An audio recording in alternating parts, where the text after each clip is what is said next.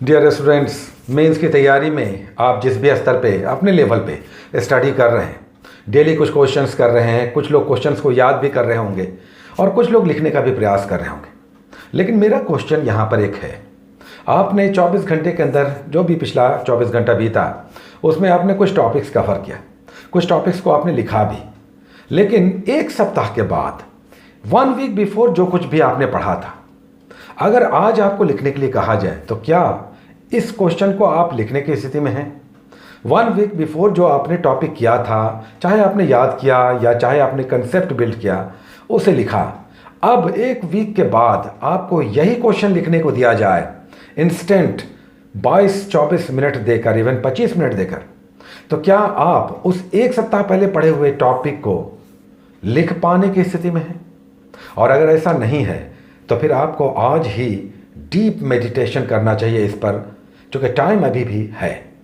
आप जो भी पढ़ रहे हैं, अगर 24 घंटे के बाद या कहें 1 वीक के बाद, एक सप्ताह के बाद आप उसमें से आधा भूल चुके हैं, तो आपको बहुत डीपली इस पर सोचना चाहिए। ये आम बात है, ये बहुतों के साथ होता है, अधिकतर लोगों के साथ होता है। तो ये चिंतनीय बात है। आपने 1 महीना पहले कुछ टॉपिक्स पढ़ा था और आप ये मानकर चल रहे हैं कि उस टॉपिक पर आपने बहुत अच्छे से कंसेप्ट बिल्ड कर लिया, लेकिन आज जब आपको लिखने के लिए स्पॉन्टेनियस ऑन द स्पॉट आपको लिखने को दिया जाएगा, तो क्या आप लिखने की स्थिति में, या फिर आधे अधूरे मन से आप लिख पाते हैं? तो इस पर आपको सोचना चाहिए। एग्ज़ाम जब नज़दीक आ जाएगा तो सब कुछ आपको इस पर सोचना होगा। एग्ज़ाम आने के बाद ये सब टाइम नहीं मिलता कि आप फिर उसे उस स्तर पे रिवाइज करें या मेमोराइज करें या फिर से पढ़ें। तो ये आपको सोचना चाहिए, आज ही इस पर आपको मेडिटेट करना चाहिए कि ये स्थिति है तो इससे हम कैसे निकलेंगे। तो हमें नेचुरली रिवीजन बढ़ाना होगा। 5 क्वेश्चन के बजाय हम 4 ही क्वेश्चन करें, लेकिन क्वालिटी बेस्ड स्टडी हमारी होनी चाहिए, बजाय इसके कि अंधाधुंध हर टॉपिक हम करते जा रहे हैं और लग रहा कि बहुत सारे टॉपिक्स हमने पढ़ लिया है। आपने देखा होगा कि आपको आज के दिन लग रहा होगा कि आपने बहुत सारे टॉपिक्स को कवर कर लिया है, क्योंकि पिछले 2, 3, 4 महीने से आप स्टडी में लगे हुए हैं।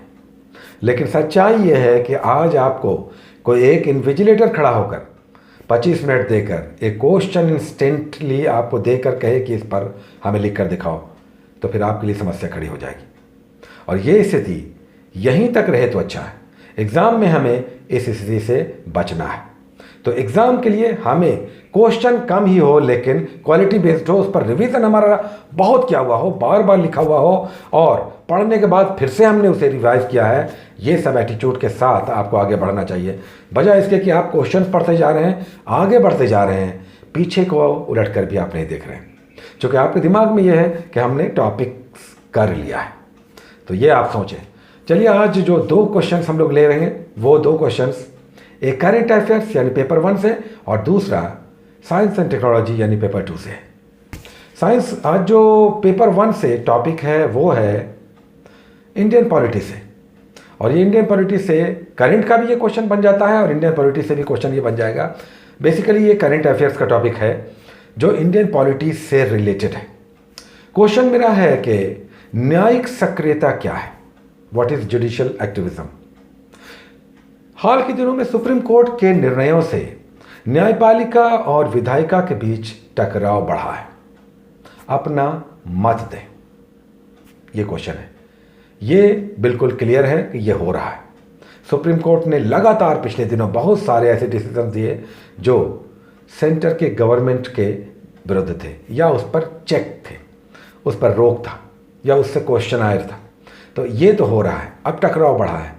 जब भी एक मजबूत गवर्नमेंट आती है तो आप मानकर चलें कि न्यायपालिका से उसका टकराव बढ़ता है। तो यहाँ पर भी हुआ है।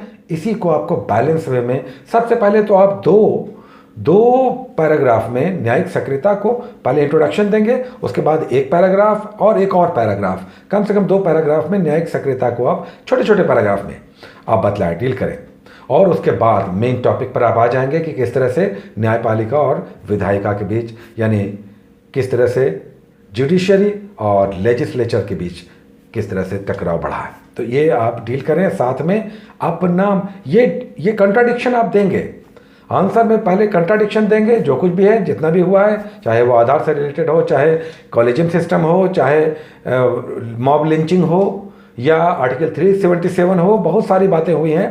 तो इस पर आप करेंगे क्वेश्चन, आपको ये करंट अफेयर्स का जो पॉलिटी से रिलेटेड है। दूसरा क्वेश्चन साइंस एंड टेक्नोलॉजी से है, जो पेपर 2 से है, यानी लास्ट वाला पार्ट जो आपका होगा साइंस एंड टेक्नोलॉजी का, जिसमें 4 क्वेश्चन मिलेंगे, 2 क्वेश्चन आपको लिखने हैं। इसमें क्वेश्चन बड़ा जनरलाइज्ड है। क्वेश्चन है कि वायु प्रदूषण क्या है, इसके विभिन्न स्रोतों का उल्लेख करते हुए इसके रोकथाम के उपाय बतलाएं। ये लगातार एयर पॉल्यूशन खबरों में रहा है। आपने देखा होगा, चाहे पराली जलाने से संबंधित हो, चाहे इंडस्ट्रीज या व्हीकल से रिलेटेड हो, या बहुत सारे ऐसे मामले हैं जो पर्यावरण को, प्लास्टिक हो, हमारे पर्यावरण को बहुत नुकसान पहुंचा रहे हैं। लेकिन हम सिर्फ यहाँ पर फोकस कर रहे हैं वायु प्रदूषण, एयर पॉल्यूशन पे। सबसे बड़ा मुद्दा एयर पॉल्यूशन का है।